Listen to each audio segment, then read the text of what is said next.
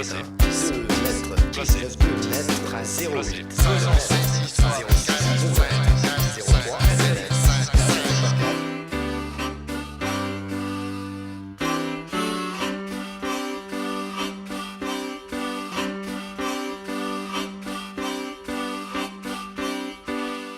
Quand on évoque les problèmes des éducateurs et des enseignants aujourd'hui, on parle souvent de ces enfants qu'on ne contrôle pas ou qui ne se contrôlent pas. Ils se lèvent pour aller boire quand ils ont soif et puis ils reviennent en ayant cassé un carreau. Quand ça ne les intéresse pas, ils se mettent à crier, ils jettent leur trousse sur la tête du voisin. On a le sentiment qu'ils sont tout entiers dans l'acte, qu'ils sont dans le passage à l'acte immédiat, qu'ils ne réfléchissent pas. Ce problème n'est pourtant pas un problème nouveau, c'est un vieux problème de la pédagogie. Et un homme comme Janusz Korczak, un pédagogue polonais qui, parmi bien d'autres choses, a été celui qui a imaginé le premier les droits de l'enfant, s'est trouvé confronté à ce problème-là. Il a élaboré des méthodes pédagogiques pour précisément aider les enfants à surseoir à leur propre violence et être capables de se doter d'une véritable volonté réfléchie. De son vrai nom, Henry Goldschmidt, il naît en 1878 dans une famille juive polonaise aisée. Son père était avocat. Lui-même devient médecin et se met à écrire des pièces de théâtre sous le pseudonyme de Janusz Korczak. Très tôt, il se passionne pour les enfants et devient un pédiatre à la mode. Pourtant, à 34 ans, il abandonne vite une carrière qui lui aurait été facile et monte un orphelinat en 1912 pour les enfants juifs en difficulté. En 1919, il ouvre un autre établissement pour les enfants d'ouvriers polonais. Dès lors, il va se consacrer à ces orphelinats qui recueillent ce que l'on appellerait aujourd'hui les enfants des rues. Mon père était médecin, mais il a connu Korczak. Ils sont devenus très proches un pour l'autre. Et Korczak, avec son regard bienveillant, il savait comment se prendre pour ses enfants. Oui. C'était des gosses agités, même des petits malfrats. La grandeur de Korczak, c'était justement que quand on a volé la jeunesse, la petite jeunesse de ses enfants, Korczak voulait tout faire pour les rendre la vraie enfance. Korczak a affaire à des situations difficiles, à des enfants violents, et on le serait à moins. Alors, il va chercher à endiguer cette violence. Il essaye de leur expliquer qu'il ne faut pas se battre, parfois même il les punit pour qu'ils ne se battent pas, et puis rien de tout ça ne marche. Jusqu'au jour où Korczak a un coup de génie. Un coup de génie qui est fondateur à la fois de la pédagogie, mais bien au-delà, peut-être même de la démocratie. Il leur dit, écoutez, vous avez le droit de vous battre, vous avez le droit de vous taper dessus, mais à une condition. Prévenez l'autre par écrit, au moins 24 heures à l'avance. Et là, tout bascule. Tout bascule, on introduit la boîte aux lettres, la boîte des bagarres, la possibilité enfin de réfléchir avant d'agir. Hé madame, C'est thermique. je peux faire ça, je la mets là, comme ça tient et j'en prends une. C'est une boîte aux lettres où chaque jeune du DSA pourra mettre ses mots. En 2 mots, le DSA, c'est où des jeunes viennent pour rétablir leur place au collège parce qu'ils ne sont pas tout à fait bien en groupe dans une classe. Parce que ici, je sais pas, on vient, c'est pour changer notre comportement. C'est-à-dire avant, en cours, ça allait pas bien. Mais non, en haut. En bas. Oh, en bas, il y en a. Trop tard, j'ai mis en haut. Non, t'as tout là. Ça permet de dire ce qu'on ressent vers les personnes. Par exemple, comme moi et tout, si j'ai envie de dire ouais, cette personne me casse les couilles, bah, je peux le dire dans la boîte aux lettres. Et par exemple, comme dans le cours, je peux pas le dire. Si je vois, par exemple, il y a une personne, elle me prend la tête, là, je m'excite. Je cherche pas à comprendre. Hein. 1 fois, 2 fois, 3 fois, ça va. Après, c'est fini. Il n'y a plus de chance. Hein. Si on lui donne trop de chance aussi, après. Les nerfs, ils sont partis. Ouais. Parce que sur le coup, on est énervé et on a envie de le frapper. Et si on attend un jour, et ben après, on va plus être énervé. On va peut-être nous calmer. Ouais. Et après, on voudra plus se battre. Et ben moi, je dis que c'est bien parce que ils réfléchissent, ils ont le temps de réfléchir au moins avant de se battre là, de frapper quelqu'un. Ben, ils ont le temps de réfléchir et peut-être qu'ils changeront de décision. Ils ont le temps d'avoir plein de solutions dans la tête. Korczak reconnaît que la boîte aux lettres ne fait pas de miracle, mais il ajoute la trique non plus ne fait pas de miracle. Il y a même des gamins qui disent ça fait même pas mal. Et ces gamins-là, en général, ils continuent à être violents.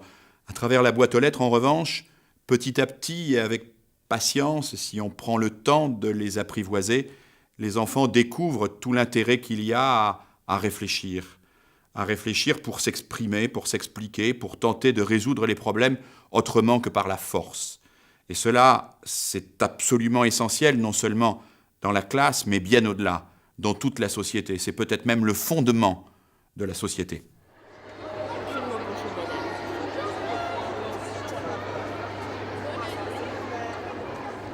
Il y a bientôt 23 ans que je laisse écrire les gens, parce qu'après avoir été écrivain public pendant un certain nombre d'années et avoir écrit toutes les lettres qu'on m'a demandé d'écrire, j'ai pensé qu'il valait mieux que les gens écrivent leurs lettres eux-mêmes. Donc je suis devenue éveilleuse d'écriture et maintenant je les laisse écrire au lieu d'écrire à leur place.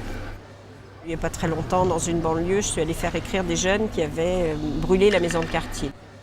Leur première volonté d'écrire, c'était de la violence. Alors je leur ai dit, on va écrire ça. Et effectivement, quand on se trouve face à un papier, face à soi-même et un objet d'écriture qui ne permet pas de balancer ce qu'on pense, mais de l'écrire de façon intime, on est beaucoup moins violent et on écrit des choses fortes et intenses, mais pas forcément vulgaires ou dérangeantes, mais des choses qui peuvent être lues. Et après avoir écrit tout ça, ces jeunes m'ont dit, maintenant que tu es venu, on ne peut plus faire les cons comme avant. Alors j'ai dit, ah bon, pourquoi donc? Et il m'a été répondu, parce que maintenant on est inscrit dans la cité. Et j'ai dit, oui, maintenant vous avez des droits et des devoirs. Donc vous êtes reconnus par vos prénoms, parce que vous avez écrit, on peut vous rencontrer, vous lire et vous répondre. Alors qu'avant on disait, c'est la bande des fouteurs de feu du fond de la rue. Alors tu veux de la cire rouge, verte ou bleue?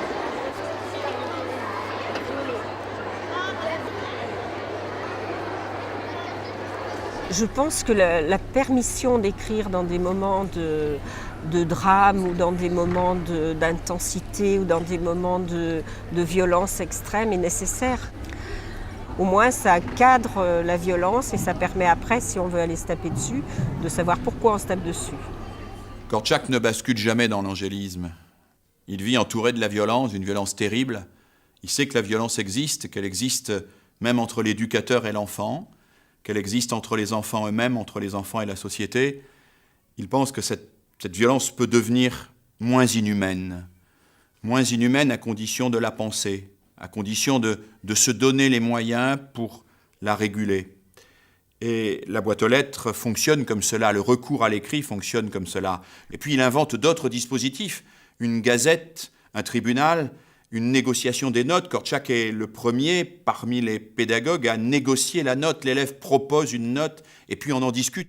Donc Korczak a appelé ses deux principales œuvres, l'une « Comment aimer un enfant », l'autre « Le droit de l'enfant au respect ». Je crois qu'il y a dans ces deux titres toute la pédagogie de Korczak. Aimer véritablement un enfant, c'est pas en faire un enfant roi, pense Korczak.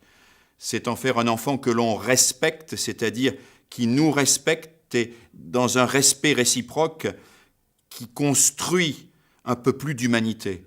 Le véritable héritage de Korczak, il est là. Il est dans ce respect de l'enfant qui est en réalité le respect de l'humain dans l'enfant. Contre bien des habitudes, bien des pesanteurs et souvent contre les institutions elles-mêmes, certains se revendiquent aujourd'hui encore de l'héritage de Korczak. Ils se battent aussi pour faire reconnaître la dignité de tous.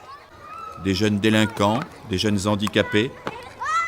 Korczak n'était pas seulement un écrivain génial pour enfants, mais qui était un véritable visionnaire comme militant du respect de l'enfant, un véritable précurseur de la Convention internationale des droits de l'enfant.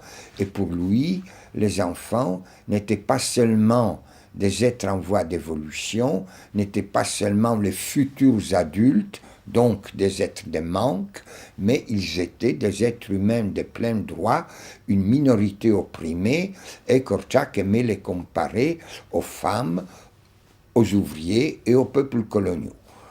Ça, c'était pour moi des idées phares et un puissant aiguillon pour lutter contre les violences faites dans les institutions. Il y a 3 ans, donc, en 1997, enfin, le ministère des Affaires sociales, la DAS, a décidé de créer une commission ad hoc et nous avons sorti, là, en février 2000, un manuel à l'usage des inspecteurs, des médecins de santé publique, etc., pour lutter contre les violences institutionnelles, pour accompagner les institutions, pour éviter les dérapages. Je suis très heureux de constater que le nom de Korczak figure à plusieurs reprises dans ces petits bouquins. Il y a plusieurs citations de Korczak.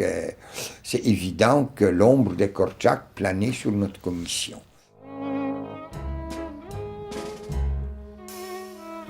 Korczak connaîtra une fin tragique. En septembre 1939, les nazis envahissent la Pologne. En octobre 1940, ils ordonnent la création d'un ghetto juif à Varsovie. Korczak y transfère son orphelinat. Il y accueille alors de nouveaux enfants. On offre au vieux docteur la possibilité de s'exiler, mais il refuse d'abandonner ses orphelins. C'était le 5 août 1942, le matin, à 10h, c'est mon père qui m'a dit la veille qu'on parle déjà de déportation de l'orphelinat. Alors je me suis précipité très tôt. J'ai déjà vu les enfants et à cette époque c'était justement à peu près 200 enfants avec lui. Et lorsqu'il a commencé à marcher, j'étais à côté de lui. Il murmurait « Pourquoi ?» C'est un seul mot. Il n'a regardé ni à gauche ni à droite, mais il a marché lentement. Et d'abord les enfants montrent dans les wagons. Korczak se retourne et me donne encore le signe avec la main et là. Et il a disparu dans les wagons. Alors, je me suis retourné